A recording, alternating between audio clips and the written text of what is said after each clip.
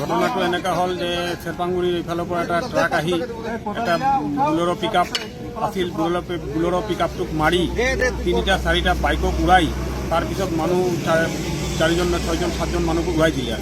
উৰাই দিয়াত ইয়াতে 5জন একদম ডেড বডি হৈ গৈছে আৰু 2জন হস্পিটেলত সংকটজনক অৱস্থাত আছে।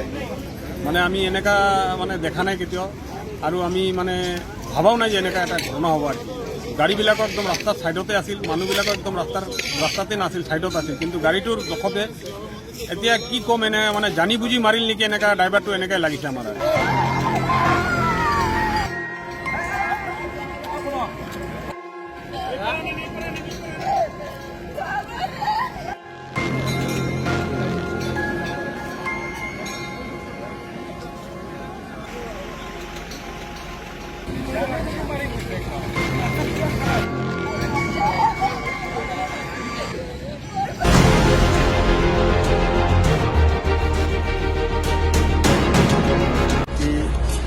मारने के बाद डायरेक्ट भागने का प्रयास किया। बहुत सारे आदमी गए, उनको पीछे किए, पीछे करने के बाद गाड़ी बढ़ाया आगे। प्रभावित हुई, अब उसका भी करेंगे।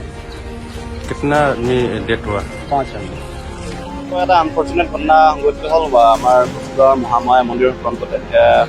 এতিয়ালৈকে 5জন মানুহৰ মৃত্যু ঘটিছে বুলি আমাক ডক্টৰে জনাইছে। আমি গাড়ী আৰু তাত থকা চালকজন এপ্ৰিহেণ্ড কৰিছোঁ, আৰু আমি চাইণ্টিফিকেলি ইনভেষ্টিগেট কৰি পিনি এইটো ক্ৰাইমটো মানে গোটেইখিনি আমি শেষ কৰিব লৈছোঁ।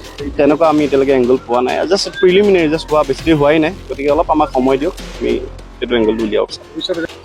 আমি চাব লাগিব, আমাৰ গোটেই এণ্টায়াৰ ডিষ্ট্ৰিক্ট এডমিনিষ্ট্ৰেশ্যনৰ, পুলিচ এডমিনিষ্ট্ৰেশ্যনৰ টীম আহিব। এইখিনি কিবা ইয়াতে যদি কিবা প্ৰিকশ্যন ল'ব লাগে বা স্পীড ব্ৰেকাৰ কিবা কিবি এনিথিং লাগে, এইটো স্পেচিয়েলিষ্ট টীমে এইটো ডিচাইড কৰি পিনি একৰ্ডিংলি ষ্টেপ ল'ব। ঠিক আছে।